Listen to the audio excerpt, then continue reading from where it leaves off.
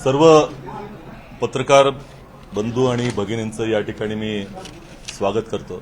आजच्या पत्रकार परिषदेला माझ्या समवेत राज्याचे माजी मंत्री आणि आमचे नेते, कोल्हापूर जिल्हा काँग्रेस कमिटीचे अध्यक्ष आमदार सतेज पाटीलजी, जे काँग्रेस पक्षाचे विधान परिषदेचे गटनेते देखील आहेत। दुसरे आमचे आमदार जयंतराव या ठिकाणी आहेत। माझे सहकारी जे संघटन सृजन अभियानासाठी आलेले राहुल गायकवाडजी आणि सर्व पत्रकार बंधू आणि भगिनींनो, अतिशय महत्त्वाच्या विषयावरती आपल्याला मी संबोधित करणार आहे। पहिलं तर काल जे संविधानावरती, देशाच्या निवडणुकीच्या ढाच्यावरती जे आक्रमण भारतीय जनता पक्षाच्या माध्यमातून, मोदी सरकारच्या माध्यमातून करण्याचा घाट घातला होता, तो समस्त विरोधी पक्षांनी देशातील बहुसंख्य राज्यांच्या मुख्यमंत्र्यांच्या आणि तिथल्या जनतेच्या विचारांना अनुसरून विरोधी पक्ष नेते, काँग्रेसचे नेते राहुल गांधीजी यांच्या नेतृत्वाखाली जो हाणून पाडला, त्याचं खऱ्या अर्थानं देशपातळीवरती स्वागत होण्याची आवश्यकता आहे। आणि त्याच पद्धतीनं आम्ही याचं समाधान व्यक्त करतो की एक प्रचंड मोठं जे आक्रमण होतं, जे महिलांच्या अधिकाराच्या पाठीशी धडून मोदी सरकारनं जो घाट घातला होता, त्याचा पराजय झाला। हे नारी शक्ती विधेयक महिलांना आरक्षण देण्याच्या संदर्भातलं 2023 सालीच मंजूर झालेलं आहे। त्यामुळे ह्या नव्यानं विधेयकाची आवश्यकता कोणत्या स्तरानं नव्हती, त्याची अंमलबजावणी तात्काळ करावी ही काँग्रेस पक्षाची मागणी तेव्हापासून होती आणि ते सर्वानुमते, सर्व सहमतीनं मंजूर झालेलं विधेयक आहे। 16 तारखेलाच नोटिफिकेशन काढलं गेलं, 3 वर्षानंतर त्याचं नोटिफिकेशन मोदी सरकारनं काढलं आणि कालपासून भारतीय जनता पक्षाचे नेते छाती पिटून घेत आहेत। काही महिला खासदारांच्या नावानं त्यांचा जो मूळ उद्देश आहे, जो या संविधानावरच्या आक्रमणाचा होता, लोकशाहीच्या वरती होणाऱ्या आक्रमणाचा होता, तो दडवण्याचा प्रयत्न जो झालेला आहे, तो पूर्णपणे फोल गेलेला आहे। आणि म्हणूनच समाजातल्या सर्व स्तरावरती त्याचं समाधान व्यक्त होत आहे। आमची सगळ्यांची मागणी आहे की नारी शक्ती विधेयक हे 2023 ला मंजूर झालेलं आहे। 543 ही लोकसभेची संख्या आहे, त्याच्यातलं 1/3 जी जागा आहे त्या महिलांसाठी मोकळ्या करून द्याव्यात, ही आमची मागणी आहे। त्याच्यासाठी कुठल्याही तऱ्हेची वाट बघण्याची आवश्यकता नाही।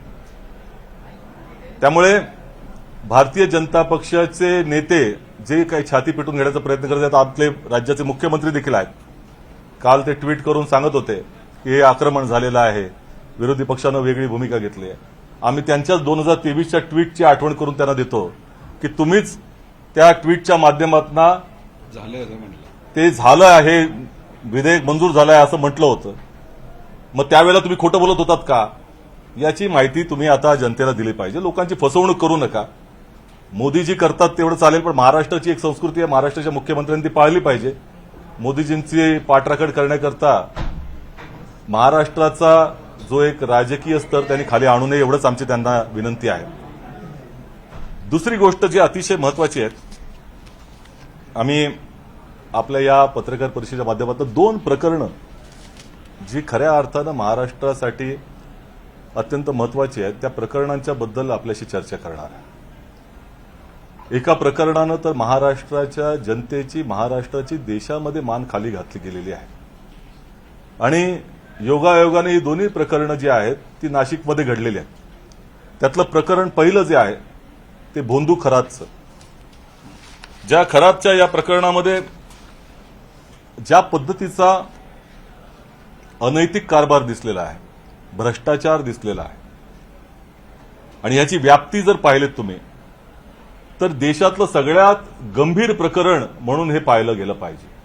याचं कारण याची व्याप्ती ही केवळ एका विशिष्ट वर्गाकडे नाही, तर त्यामध्ये महायुती सरकारमधले मंत्री देखील गुंतलेले आहेत।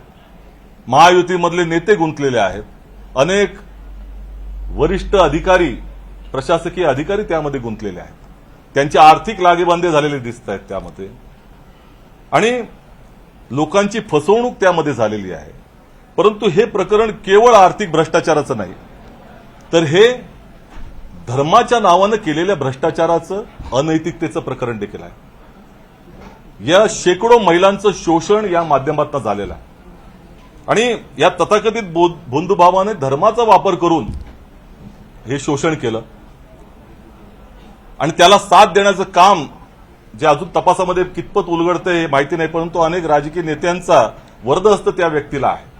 आणि सगळ्यात महत्वाचं म्हणजे जी बाब आहे की अशा बाबा, बुवा, बोंधूंना राजमान्यता देण्याचं काम हे गेल्या 12 वर्षामध्ये भारतीय जनता पक्षाच्या केंद्र सरकारनं आणि राज्यामधल्या सरकारनं देखील केलेलं आहे. या खऱ्याबरोबर जे काही फोटो दिसत आहेत ते फोटो या राज्यातल्या मुख्यमंत्र्यांचे, उपमुख्यमंत्र्यांचे, केंद्रातल्या गृहमंत्र्यांचे, राज्यातल्या महायुतीमधल्या नेत्यांचे जे फोटो दिसले त्यातनं खऱ्या अर्थानं त्यांचा किती सहभाग आहे आम्ही म्हणणार नाही, परंतु राजमान्यता मात्र या व्यक्तीला देण्याचं, त्याला प्रतिष्ठा देण्याचं काम या फोटोच्या माध्यमातून झालेलं आहे, ही वस्तुस्थिती आहे. आणि त्यामुळे सगळ्यात महत्वाचं म्हणजे या प्रकरणाने महायुतीच्या एकंदर कारभाराचे वाभाडे निघालेले आहेत. हे प्रकरण मोठ्या प्रमाणामध्ये यांना बदनामीचं कारक झालेलं आहे. आणि शोषण करणारा कोण होता? हे तथाकथित हिंदुत्ववादी सरकार आहे असं म्हटलं जातं. मुख्यमंत्री म्हणतात हे हिंदुत्ववादी सरकार आहे. शोषण करणारा कोण होता? आणि ज्या महिलांचं शोषण झाल्या त्या कुठल्या धर्माच्या होत्या? त्याही हिंदूच होत्या ना. त्यामुळे आज यांना तोंड दाखवायची जागा राहिलेली नाही. आताच जे काही त्यांचा त्या एका सहकार्याचा ज्या पद्धतीचा मृत्यू झाला तोही संशयास्पद वाटतोय. त्यामुळे हे प्रकरण अत्यंत गंभीर आहे. आता ह्या गंभीर प्रकरणाच्या मधनं कशा पद्धतीने आपली सुटका करावी हे महायुतीच्या लोकांचं, महायुतीच्या नेत्यांचं, सरकारचं समोर पडलेलं प्रश्नचिन्ह आहे. आता प्रकरण क्रमांक 2, ज्या प्रकरणाच्या संदर्भामध्ये आज ज्या पद्धतीचा बोबाटा होतोय ते खऱ्या अर्थानं चिंतेचं कारण आहे की या देशामधली एकंदर सामाजिक परिस्थिती ही संविधानाच्या माध्यमातून, समधर्म समभावाच्या माध्यमातून, सगळ्यांना बरोबर घेऊन जाण्याच्या भूमिकेच्या माध्यमातून चालणार आहे का आरएसएस आणि भारतीय जनता पक्षाच्या या बजरंग दल, हिंदूच्या या ज्या विश्व हिंदू परिषद यांच्या संघटनेच्या विखारी विचारातनं चालणार आहे? हे आता जनतेने ठरवण्याची वेळ आहे. दुर्दैवानं ज्यांच्या हातामध्ये न्याय व्यवस्था आहे त्या पोलीस प्रशासनानं एकंदरच भूमिका जी घेतली पाहिजे ती उत्साहवर्धक नाही असं आमचं मत आहे. कारण आता अमरावतीमध्ये जे प्रकरण झालं त्यामध्येही एका अधिकाऱ्याने सांगितलं की बाबा यामधले जे काही अपप्रचार होते तो थांबवा, आम्हाला तपास करू द्या. त्या अधिकाऱ्याने स्वतः थेट आता समोर सांगितलेलं आहे. आणि तुम्ही हे जर पाहिलं तर हे प्रकरण काय आहे, यामध्ये जवळपास 9 जे गुन्हे दाखल करण्यात आलेले आहेत त्यातल्या 2 प्रकरणामध्ये जो आम्ही एफआयआर पाहिला त्याच्यामध्ये धार्मिक भावना चिथावण्याचा प्रयत्न केला, ही कलमं लावलेली आहे. धार्मिक भावना दुखावण्याचा प्रयत्न झालेला आहे, धर्मांतर करण्याचा प्रयत्न झालेला आहे असंही त्या म्हटलेलं नाही. परंतु ज्या 2 प्रकरणामध्ये तशा तऱ्हेचा प्रयत्न झालेला निश्चितपणे दिसून येतोय असं जे माध्यमातून कळतंय आम्हाला.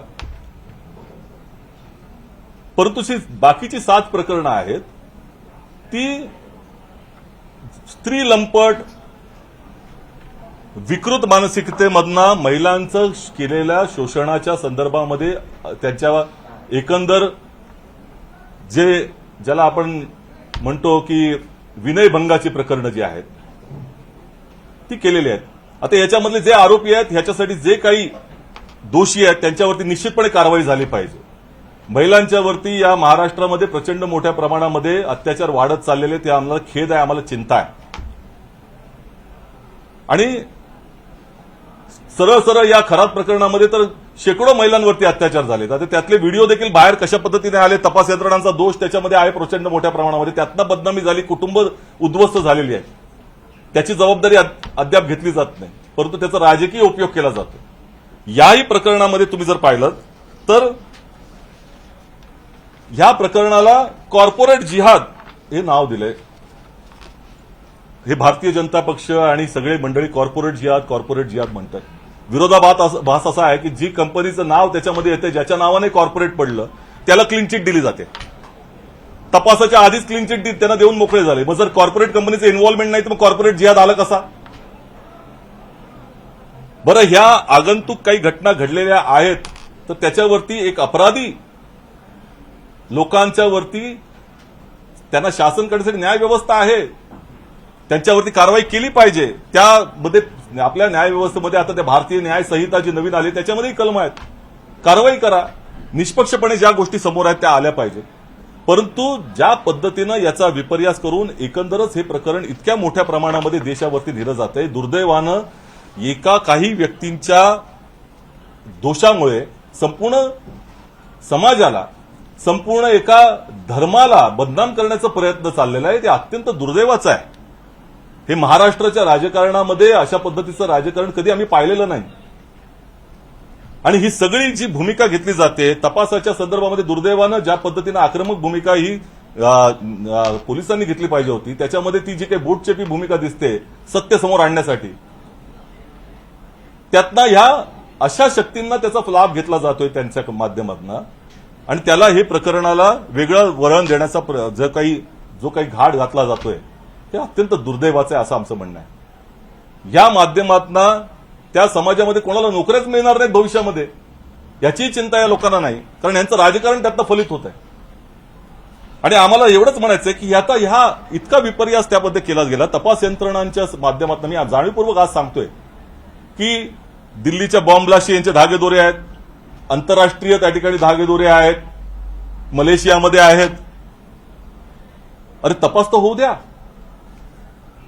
हे सगळे माध्यमांची देखील ती जबाबदारी आहे की या पद्धतीनं अशा विपर्यास करणाऱ्या बातम्यांचा फायदा कोणाला होतोय, कोणत्या घटकांना होतोय, याची काहीतरी त्या ठिकाणी तमा बाळगली पाहिजे, कुठेतरी संयम बाळगला पाहिजे. अशा अनेक घटना झालेल्या आहेत. का या सरकारलाच हे अपेक्षित आहे की अशा पद्धतीचं वातावरण, या सगळ्या संपूर्ण प्रकरणाचा उपयोग आपल्या राजकारणाच्या हितासाठी व्हावा. आपल्यावरती जे काही बोटं त्या खराब प्रकरणामध्ये येत आहेत त्यातनं आपली राजकीय ज्या वैचारिक सुटका व्हावी, असं तर काही त्या ठिकाणी घाट नाही ना. आमचं मत आहे की या प्रकरणाच्या मुळाशी गेलं पाहिजे.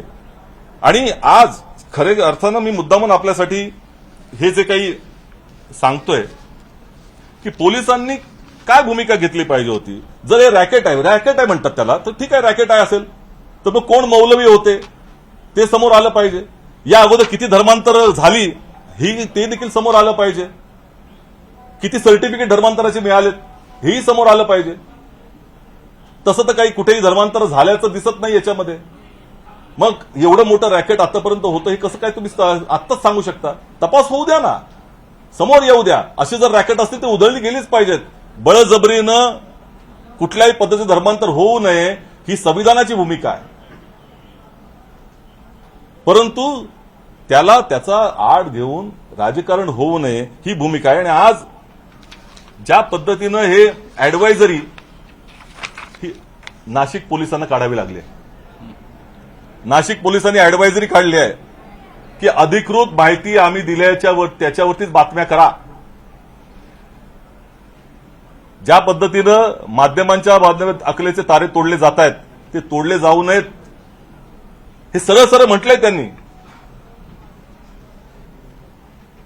मग जर नाशिक पोलिसांची एवढी हतबलता झाली, आम्हाला ही माहिती मिळणं मुश्किल होतं की काय झालंय प्रकरण. पण नंतर तपास अधिकाऱ्यांशी आम्ही बोललो, त्या तपास अधिकाऱ्यांनी देखील म्हटलं की अरे बाबा, हे माध्यमांनी तर संपूर्ण देश पातळीच्या माध्यमांनी असं प्रकरण नेलं, आता त्याने मांसाहार केलेला आहे असं म्हटलं तर त्याला बीफ खायला घातलं असं म्हटलं.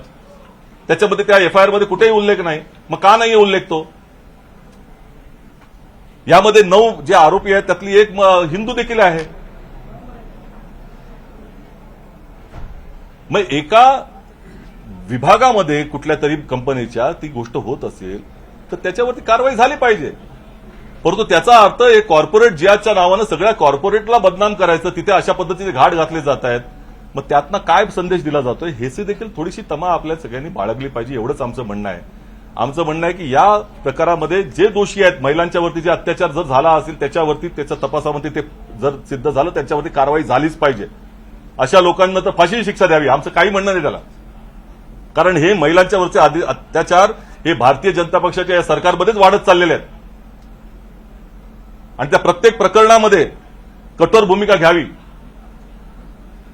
परंतु नाशिक पोलीस किंवा पोलीस व्यवस्था जर स्वतः म्हणत असेल ऍडव्हायझरी काढून की याच्यामध्ये अतिरंजित बातम्या दिल्या जात आहेत, तर कुठेतरी थांबण्याची आवश्यकता आहे. एवढंच आमचं तुम्हाला म्हणणं आहे.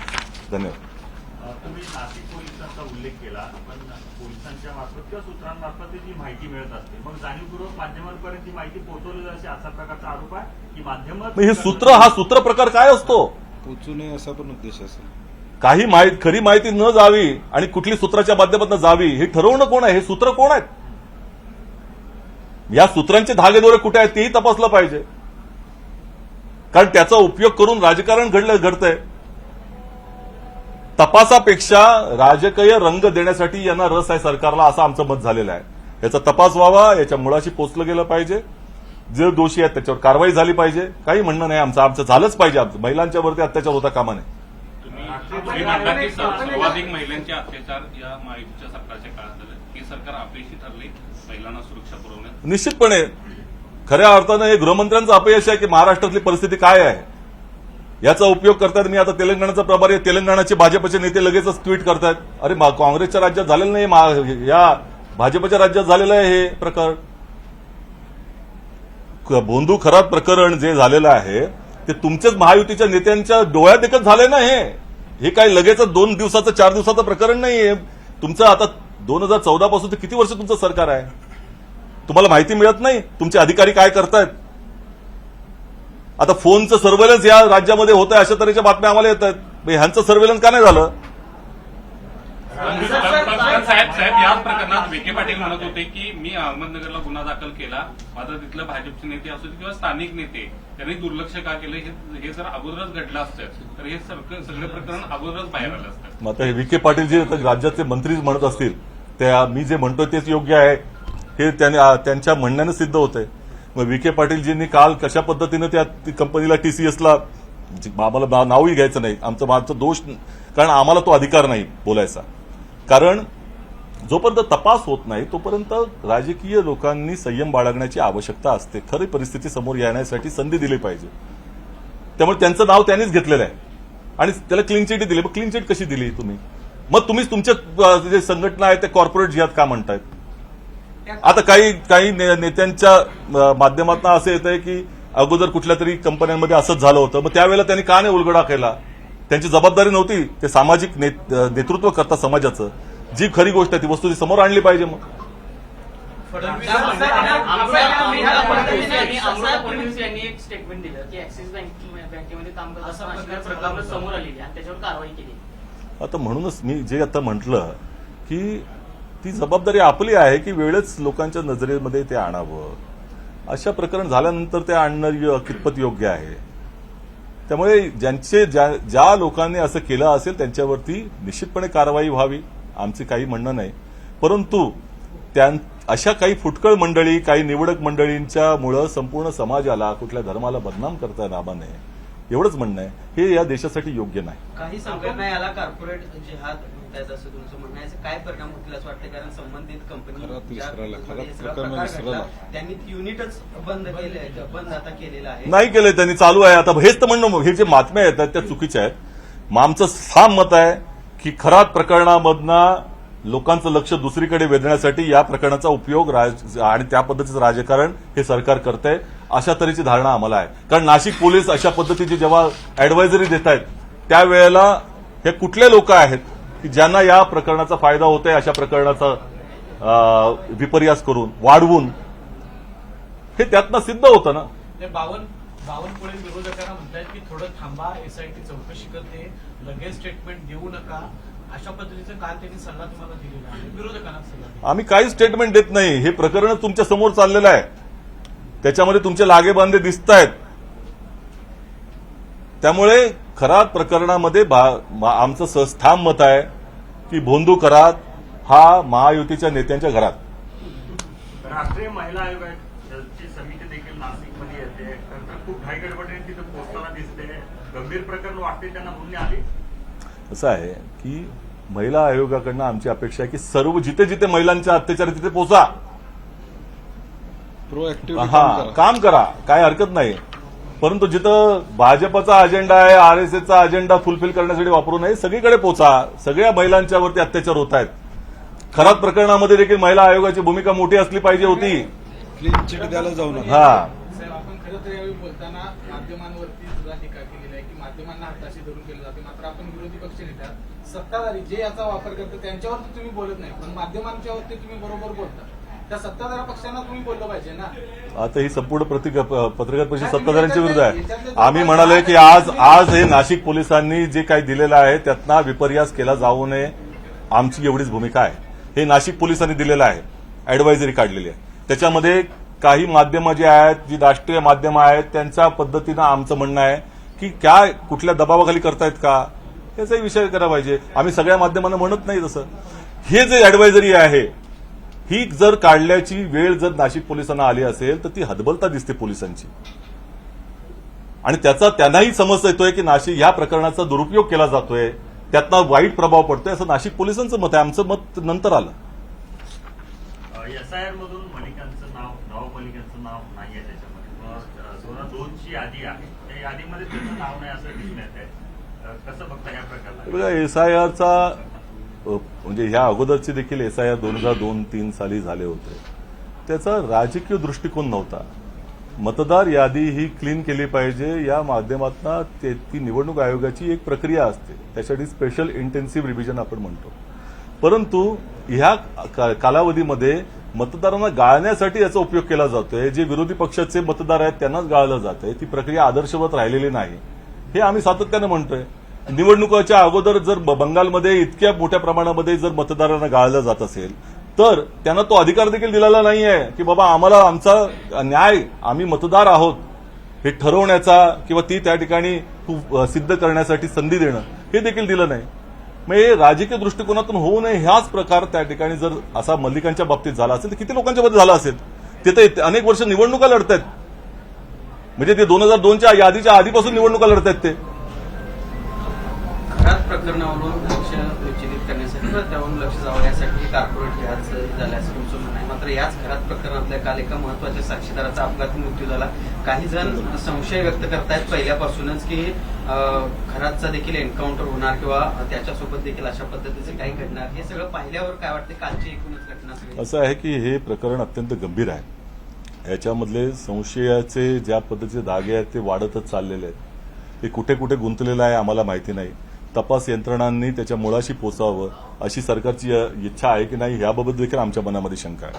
त्यामुळे ह्या प्रकरणामध्ये जे जे काय आता झालंय, आता 2 दिवसामध्ये त्यांची ईडीची चौकशी झाली आणि लगेचच त्याचा असा अपघाती मृत्यू होतो. निश्चितपणे देशामध्ये अनेक अशा काही प्रकरणं झालेली आहेत, त्याच्या अनुषंगानं शंका बाळगायला स्थान आहे. आमचं म्हणणं एवढंच आहे की याचा तपास निरपेक्ष पद्धतीनं झाला पाहिजे.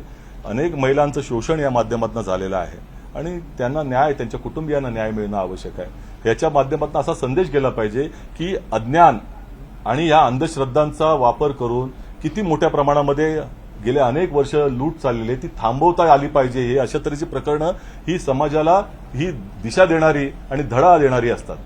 त्यामुळे सरकारची भूमिका आहे की ही प्रामाणिकपणे याचा तपास व्हावा आणि जे दूध का दूध आणि पाणी का पाणी आहे ते लोकांसमोर यावं.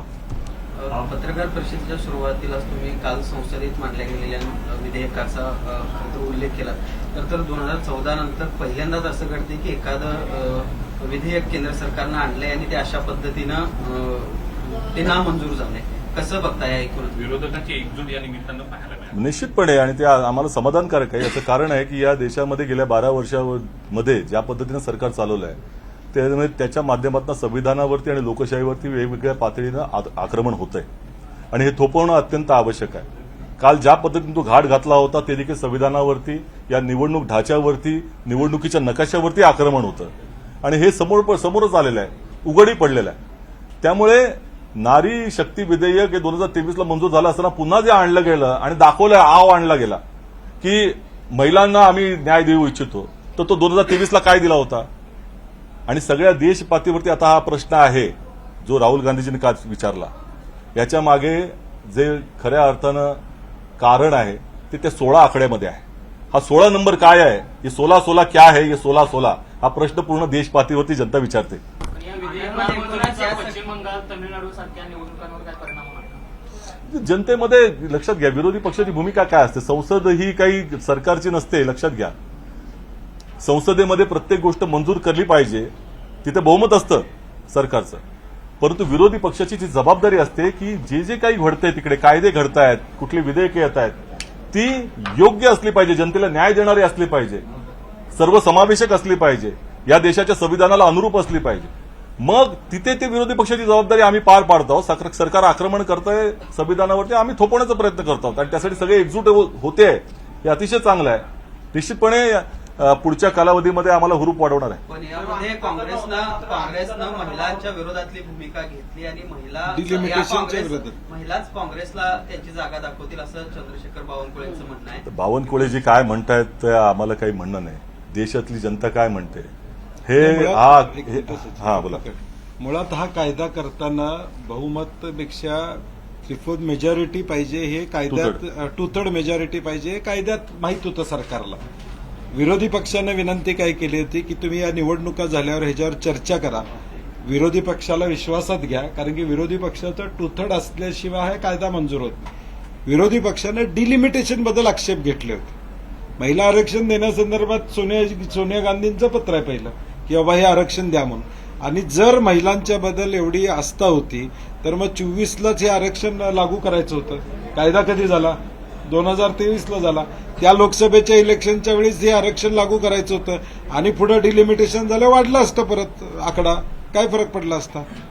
ह्या 5 वर्षासाठी तुम्ही महिलांचा हक्क या देशातला हिरावून घेतला, त्याचं पाप भाजप या ठिकाणी त्याच्याबद्दल उत्तर देणार आहे का ह्या 5 वर्षात? नारी शक्ती मॅरेथॉनचं आयोजन केलं होतं त्यांना, पण ते आक्रोश मोर्चामध्ये त्यांना बदलावं लागलं यासाठी. चला ठीक आहे. साहेब, अनेक प्रकरणं झाली, मात्र अजितदादा प्रकरणावर आजही कोण बोलायला तयार नाहीये. सगळे बोलतोय, मूळ त्यांची राष्ट्रवादी सोडून सगळे बोलतायत. मुंबईमध्ये 164 शाळा अनधिकृत ठरवण्यात आलेल्या आहेत, त्याच्याकडे कसं बघता तुम्ही? कुठल्या? मुंबईमध्ये 164 शाळा अनधिकृत ठरवण्यात आलेल्या आहेत. त्या पहिली गोष्ट अशी की आतापर्यंत झोपलं होतं का सरकार, हे आम्ही मुंबईसारख्या शहरामध्ये जर असं होत असेल असं त्यांचं म्हणणं आहे, तर मग हे सरकारचं अपयश आहे ना, की तुम्ही लक्ष ठेवलं पाहिजे तुमचे अधिकारी काय करत होते. तुमचा काय प्रश्न होता? नारीशक्ती विधेयक म्हणजे ज्यांनी मांडलं अमित शहानी, त्यांना मोदींचा अपमान करायचा होता म्हणून हे विधेयक मांडलं असा दावा शिवसेना खासदार संजय राऊतांनी केला. आता त्याचं उत्तर अमित शहाजी देतील. एबीपी माझा, उघडा डोळे बघा नीट.